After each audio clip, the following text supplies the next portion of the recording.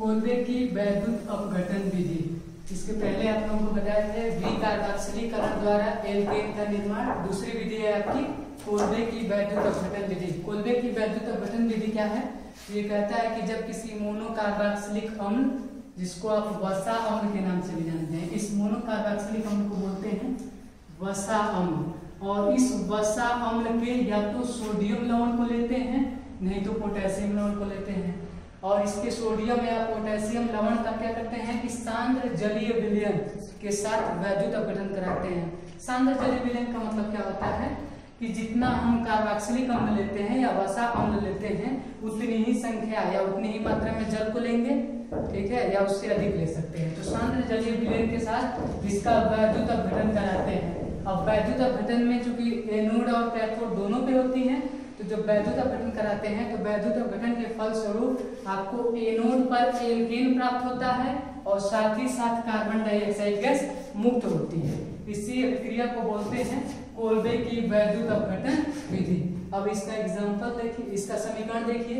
समीकरण में क्या करते हैं कि सोडियम कार्बोक्सिलेट को लेंगे RCOONA, इसका नाम है सोडियम कार्बोक्सिलेट। अब इस सोडियम कार्बोक्सिलेट या इसी को कहते हैं वसा अम्ल। इस वसा अम्ल का सांद्र जलीय विलयन, अब सांद्र जलीय विलयन को यदि आप तोड़ेंगे तो ये हाइड्रोक्साइड आयन में टूटेगा और हाइड्रोजन आयन में टूटेगा। तो इसका जो हाइड्रोक्साइड आयन का पोर्शन है, इसका दोनों हाइड्रोक्साइड आयन सोडियम धातु से विक्रिया कर लेगा और सोडियम धातु से विक्रिया करके बना लेगा 2NaOH, यानी कास्टिक सोडा या सोडियम हाइड्रोक्साइड। और बचा इसका हाइड्रोजन, इसकी भी संख्या 2 है, तो हाइड्रोजन गैस के रूप में ये मुक्त हो जाएगा। ये दोनों अभिक्रियाएं कैथोड पे होंगी। अब ये R जो बचे, जिसको एल्किल समूह बोलते हैं, ये दोनों एल्किल समूह संयुक्त होकर के बना लेते हैं एल्केन। और COO यानी CO2 बचा, इसकी संख्या 2 है। अब ये दोनों CO2 कार्बन डाइऑक्साइड गैस के रूप में मुक्त हो जाते हैं। इस प्रकार से कोल्बे की वैद्युत अपघटन विधि द्वारा क्या करते हैं, एनोड पे एल्केन प्राप्त करते हैं और कार्बन डाइऑक्साइड गैस मुक्त होती है, जबकि कैथोड पे कास्टिक सोडा प्राप्त करते हैं और हाइड्रोजन गैस मुक्त होती है। ठीक है, एग्जांपल देखिए। अगर R बराबर आप CH3 यानी मेथिल समूह को रखें, तो मेथिल समूह के देखिए, अब मेथिल समूह रखेंगे तो इसका नाम हो जाएगा CH3COONA, इसका नाम हो जाएगा सोडियम एसीटेट। अब इसे सोडियम एसीटेट से किसका योग कराएंगे, सांद्र जलीय विलयन का। सांद्र जलीय विलयन के रूप में अगर इसको तोड़ेंगे तो ये हाइड्रोक्साइड आयन में और हाइड्रोजन आयन में टूटेगा। अब इसका जो सोडियम है, इसके OH से विक्रिया कर लेगा, यानी हाइड्रोक्साइड आयन से विक्रिया कर लेगा और हाइड्रोक्साइड आयन से विक्रिया करके बना लेगा सोडियम हाइड्रोक्साइड 2NaOH, ठीक है। और साथ ही साथ इसके 2 हाइड्रोजन बचे, दोनों हाइड्रोजन संयुक्त होकर के गैस के रूप में मुक्त हो जाते हैं। ये दोनों अभिक्रियाएं कैथोड पे होती हैं। अब ये दोनों CH3 मेथिल समूह जुड़ करके एल्केन बनाते हैं। एल्केन के रूप में C2H6 एथेन बना लेते हैं और CO2 जो है, इसकी संख्या भी 2 है, तो कार्बन डाइऑक्साइड गैस मुक्त हो जाती है। इस प्रकार से कोल्बे की वैद्युत अपघटन विधि द्वारा एल्केन बनाया जाता है। अब यहाँ पे एल्केन के रूप में आप देखेंगे तो इसके पहले आपको पढ़ाए थे विकार्बोक्सिलीकरण। विकार्बोक्सिलीकरण में जो है मेथेन बनाया जाता था, लेकिन इस विधि के द्वारा मेथेन को नहीं बनाया जा सकता, यानी न्यूनतम 2 कार्बन का एल्केन बना सकते हैं, ठीक है। ऊर्ज अभिक्रिया, ये है आपकी ऊटज अभिक्रिया। ऊटज अभिक्रिया क्या होती है, तो कहता है कि जब किसी एल्किल हैलाइड के, एल्किल हैलाइड का मतलब क्या होता है, R को एल्किल समूह बोलते हैं और X को हैलोजन समूह बोलते हैं। R X दोनों मिल करके संयुक्त रूप से एल्किल हैलाइड बनाता है। अब एल्किल के रूप में अगर आप CH3 की वैल्यू या CH3 का मान, सॉरी R की वैल्यू CH3 रखेंगे तो मेथिल होगा, R की वैल्यू C2H5 रखेंगे तो एथिल होगा, ठीक है। और X के स्थान पे हैलोजन है, हैलोजन के स्थान पे फ्लोरो, फ्लोरो, ब्रोमो, एडो या फ्लोराइड, क्लोराइड, ब्रोमाइड, आयोडाइड रख सकते हैं, ठीक है। अब जब किसी एल्किल हैलाइड पे यानी RX पे इसके शुष्क, इसको एल्किल हैलाइड के शुष्क ईथरी विलयन में, शुष्क ईथरी विलयन का मतलब होता है कि हम या तो डाई मेथिल ईथर ले सकते हैं या डाई एथिल ईथर ले सकते हैं। अब इस विलयन में क्या करते हैं, सोडियम धातु को प्रवाहित करते हैं। जब सोडियम धातु को प्रवाहित करते हैं तो सोडियम धातु के प्रवाह के फलस्वरूप एल्केन प्राप्त होता है और इसी अभिक्रिया को ऊटज अभिक्रिया कहते हैं। अब इसका समीकरण देखिए, RX को बोलते हैं एल्किल हैलाइड। इसके दो अणु लेंगे, ये RX है एल्किल हैलाइड, यहाँ पे XR है, इसका भी नाम है एल्किल हैलाइड। इसके दो अणु को लेंगे और दोनों अणुओं को सोडियम धातु के साथ योग कराएंगे। सोडियम धातु के साथ जब योग कराएंगे तो इसका जो हैलोजन समूह है, ये दोनों हैलोजन समूह सोडियम धातु से योग करेगा और सोडियम धातु से योग करके बना लेता है, ये बना लेगा 2NaX, जिसको बोलते हैं सोडियम हैलाइड। इसकी संख्या 2 हो गई, यानी इसके दो अणु बने और ये बचा R, यहाँ पे भी बचा R। ये दोनों R, दोनों एल्किल समूह संयुक्त होकर के बना लेते हैं एल्किल। अब इसका एग्जांपल देखिए, अगर R बराबर आप CH3 रखेंगे और X बराबर हैलोजन है तो हैलोजन के रूप में क्लोरो रखेंगे, ठीक है, या Cl क्लोराइड रखेंगे तो देखिए अब इसका नाम हो जाएगा CH3Cl, ठीक है। इसका नाम हो जाएगा CH3 के रूप में मेथिल और Cl के रूप में हैलाइड के रूप में हो गया क्लोराइड, तो इसका नाम हो जाएगा मेथिल क्लोराइड। अब इस मेथिल क्लोराइड पे सोडियम धातु का योग कराएंगे। अब पुनः यहाँ का दोनों क्लोरीन जो है या दोनों क्लोराइड का पोर्शन सोडियम धातु से योग करेगा और सोडियम धातु से योग करके बना लेगा 2NaCl, sodium halide. Sodium halide के रूप में ये क्या हो जाएगा, सोडियम क्लोराइड हो जाएगा, ठीक है। और इसके साथ साथ बच जाएगा CH3 और CH3। ये दोनों CH3 का मतलब है मेथिल समूह, दोनों मेथिल समूह संयुक्त होकर के C2H6 बना देंगे और C2H6 का नाम है एथेन, ठीक है। इस प्रकार से ऊर्ज अभिक्रिया द्वारा हम क्या करते हैं, एल्केन प्राप्त करते हैं। अब इसमें भी एक कार्बन का एल्केन नहीं बनता है बल्कि 2 कार्बन का बनता है, जिसको एथेन कहते हैं। अगली अभिक्रिया है फ्रैंकलैंड अभिक्रिया।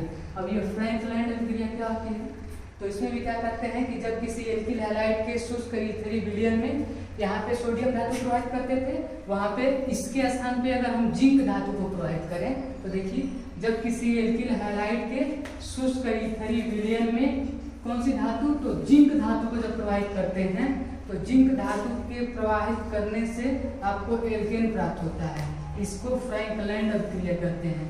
यानी सोडियम धातु के स्थान पे अगर जिंक धातु को प्रोवाइड करेंगे तो पुनः यहाँ पे एल्किल हैलाइड के 2 अणु लेंगे और दोनों अणुओं को जिंक के साथ योग कराएंगे तो एल्किल हैलाइड का जो हैलोजन समूह है, ये दोनों हैलोजन जो है जिंक धातु से योग करके और बना लेगा ZnX2 जिंक हैलाइड और ये R मिल करके बना लेंगे एल्केन। यानी क्या करते हैं कि अगर एल्किल हैलाइड पे जिंक धातु का योग कराते हैं तो फ्रैंकलैंड अभिक्रिया और इसी एल्किल हैलाइड पे सोडियम धातु का योग कराते हैं तो ऊर्ज अभिक्रिया कहलाती है, ठीक है। अब जैसे अगर R बराबर आप CH3 या एथिल समूह रखें और X बराबर Br रखें यानी ब्रोमाइड रखें तो ये हो जाएगा C2H5Br। C2H5 का नाम है एथिल और Br का नाम है ब्रोमाइड। इस प्रकार से एथिल ब्रोमाइड के 2 अणु लेंगे और दोनों अणुओं का जिंक धातु के साथ जब योग कराएंगे तो ये जिंक धातु जो है दोनों ब्रोमीन से विक्रिया करके बना लेगी ZnBr2। इसका नाम हो जाएगा जिंक ब्रोमाइड और इसके साथ C2H5 ये दोनों एथिल समूह जुड़ जाएंगे और जुड़ने के बाद बना लेंगे C4H10, इसका नाम है ब्यूटेन। और इस प्रकार से फ्रैंकलैंड अभिक्रिया द्वारा एल्केन के रूप में ब्यूटेन प्राप्त करते हैं। अगली विधि है सैवार्टिये-सैंड्रेंस अभिक्रिया। सैवार्टिये-सैंड्रेंस अभिक्रिया क्या होती है, तो क्या करते हैं कि निकिल उत्प्रेरक की उपस्थिति में, ये आपका निकिल है, इसी उत्प्रेरक की उपस्थिति में 300 डिग्री सेल्सियस ताप पे, ठीक है, या तो किसी एल्काइन को, यानी जब किसी एल्काइन को या किसी एल्कीन को, एल्काइन का मतलब होता है कि जब कार्बन कार्बन के बीच ट्रिपल बॉन्ड पाया जाए तो वो एल्काइन होगा और जब डबल बॉन्ड पाया जाए तो वो एल्कीन होगा। तो कहता है कि निकिल उत्प्रेरक की उपस्थिति में 300 डिग्री सेल्सियस ताप पे जब किसी एल्काइन पर या जब किसी एल्कीन पे हाइड्रोजन का योग कराते हैं, हाइड्रोजन का योग का मतलब होता है कि हाइड्रोजन के साथ अभिक्रिया कराते हैं तो एल्केन प्राप्त होता है और इसी अभिक्रिया को बोलते हैं सैवार्टिये-सैंड्रेंस अभिक्रिया, ठीक है। अब देखिए यहाँ पे समीकरण, ये R-C ट्रिपल बॉन्ड फिर C-R, इसको बोलते हैं एल्काइन। एल्काइन का मतलब है कि जहाँ पे कार्बन कार्बन ट्रिपल बॉन्ड से जुड़े हों वो एल्काइन होगा। अब इससे जब इस एल्काइन पे जब हाइड्रोजन का योग कराएंगे तो हाइड्रोजन के अणुओं की संख्या एक है, यानी 2 परमाणु मिले हैं तो इसका एक हाइड्रोजन परमाणु एक कार्बन से जुड़ता है और दूसरा हाइड्रोजन परमाणु दूसरे कार्बन से जुड़ता है। तो जब एक एक जुड़ेंगे तो इसका एक बांड क्या हो जाएगा, टूट जाएगा। यानी जब इसका एक बांड टूटेगा तो ये ट्रिपल बांड है, तो अब ये डबल बांड में आ जाएगा। तो जब डबल बांड में आएगा तो बनेगा आर सी के साथ एक एच जुड़ा और फिर दूसरे वाले सी के साथ एक एच जुड़ा, तो ये ट्रिपल बांड से डबल बांड हो गया। अब ये आपका बन गया एल्कीन। अब इस एल्कीन पे पुनः हाइड्रोजन का योग कराएंगे, निकिल उत्प्रेरक की उपस्थिति में 300 डिग्री सेल्सियस ताप पे इसको गर्म करेंगे। तो जब गर्म करेंगे तो पुनः हाइड्रोजन के एक अणु लेंगे, तो इसका एक परमाणु एक कार्बन से जुड़ेगा और दूसरा परमाणु दूसरे कार्बन से जुड़ेगा, फिर ये डबल बांड टूट जाएगा, अब ये सिंगल बांड में हो जाएगा। तो ये हो जाएगा आर। अब CH पहले से था एक और H जुड़ा तो CH2, अब ये डबल बांड सिंगल बांड में परिवर्तित हो गया तो पुनः CH2R हो गया। ये बन गया आपका एल्कीन। इसी अभिक्रिया को बोलते हैं सहवाकीय सेंटेंस अभिक्रिया। एग्जांपल देखिए, अगर आप R बराबर H रखेंगे तो ये हो जाएगा HC ट्रिपल बांड C, फिर ये H, इसको अगर संयुक्त करें तो C2H2। अब इस C2H2 को बोलते हैं या तो एसिटिलीन बोलते हैं साधारण भाषा में, और नहीं तो इसका आईपीसी नाम है एथाइन। अब एल्काइन के रूप में आपका एथाइन या एसिटिलीन बना। इस एसिटिलीन पे हाइड्रोजन का योग कराएंगे, निकिल उत्प्रेरक की उपस्थिति में 300 डिग्री सेल्सियस ताप पे जब इसको गर्म करेंगे तो इसका एक हाइड्रोजन परमाणु एक कार्बन से जुड़ेगा और दूसरा हाइड्रोजन परमाणु दूसरे कार्बन से जुड़ेगा। अब इसका ये ट्रिपल बांड टूट जाएगा और एक एक कम होंगे तो अब ये डबल बांड बना लेगा। अब जब डबल बांड बनेगा तो ये बन जाएगा CH2 डबल बांड CH2, ठीक है। अब इसी को बोलते हैं एथिलीन या एथीन, ये इसका बेसिक नाम है। अब यहाँ पे देखेंगे तो ये डबल बांड है कार्बन कार्बन के बीच में, पुनः इसका हाइड्रोजनीकरण कराएंगे, निकिल उत्प्रेरक की उपस्थिति में 300 डिग्री सेल्सियस ताप पे गर्म करेंगे तो इसका एक हाइड्रोजन परमाणु पुनः एक कार्बन से जुड़ेगा और दूसरा हाइड्रोजन परमाणु दूसरे कार्बन से जुड़ेगा। तो जब ये जुड़ेगा तो पुनः इसके एक एक बांड कम हो जाएंगे, अब ये डबल बांड से सिंगल बांड में आ जाएगा। तो ये बन जाएगा, पहले से ये CH2 है तो अब ये एक और हाइड्रोजन जुड़ जाएगा तो ये हो जाएगा CH3, फिर इधर भी सिंगल बांड के रूप में CH3। अब इसी को संयुक्त करेंगे तो C2H6 बन जाएगा और ये बन जाएगा आपका एल्केन के रूप में एथेन, और इसी अभिक्रिया को बोलते हैं सहवाकीय सेंटेंस अभिक्रिया। अब जितनी अभिक्रियाएं आपको पढ़ाए हैं, जैसे पहला पढ़ाए थे विकार्बोक्सिलीकरण, दूसरा पढ़ाए हैं ये विकार्बोक्सिलीकरण पढ़ाए थे, फिर दूसरा पढ़ाए थे कोल्बे की वैद्युत अपघटन विधि, तीसरा पढ़ाए हैं ऊर्टज अभिक्रिया, चौथा पढ़ाए हैं फ्रैंकलैंड अभिक्रिया और ये पांचवा पढ़ाए हैं सहवाकीय सेंटेंस अभिक्रिया। इन सभी अभिक्रियाओं के द्वारा एल्केन बनाया जा सकता है। बस इतना याद रखिएगा कि केवल विकार्बोक्सिलीकरण द्वारा एल्केन के रूप में मेथेन बनाया जा सकता है, बाकी सभी अभिक्रियाओं द्वारा मेथेन नहीं बना सकते हैं बल्कि केवल एथेन बनाते हैं।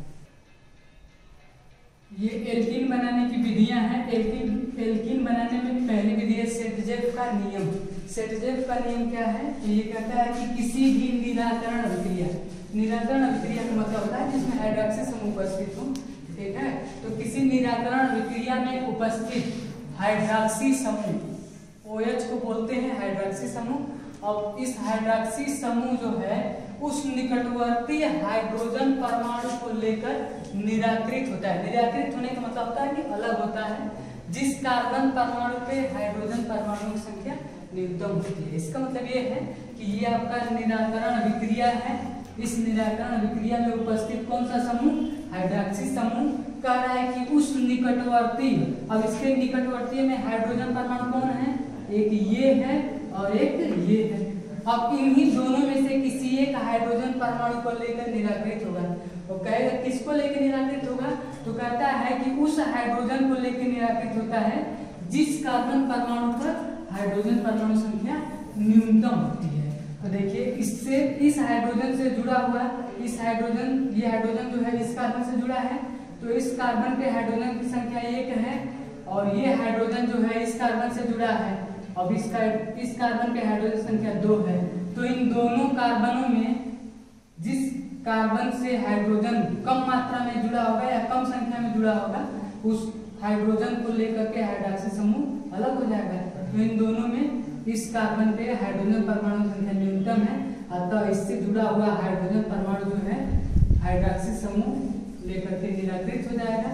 अब ये जब लेके निराकृत होगा तो इसका ये OH और EH दोनों संयुक्त होकर के H2O बना लेंगे। और ये जब टूटेंगे या जब निकलेंगे तो यहीं पे ये बांड क्या हो जाएगा, आके जुड़ जाएगा। तो ये सिंगल बांड है, अब ये जुड़ेगा तो ये CH3 है, अब ये CH है तो CH3 CH, उसके बाद से ये सिंगल बांड से क्या हो जाएगा डबल बांड, पुनः इसका क्या हो गया CH और ये H इस कार्बन में आकर पुनः जुड़ जाएगा तो ये हो जाएगा CH3। और इस प्रकार से एल्कीन के रूप में क्या बन जाएगा ब्यूटेन 2। ठीक है, अब अगली विधि में आप लोगों को पढ़ाया जाएगा मार्कोनी का नियम, प्रति मार्कोनी का नियम। ठीक है, धन्यवाद।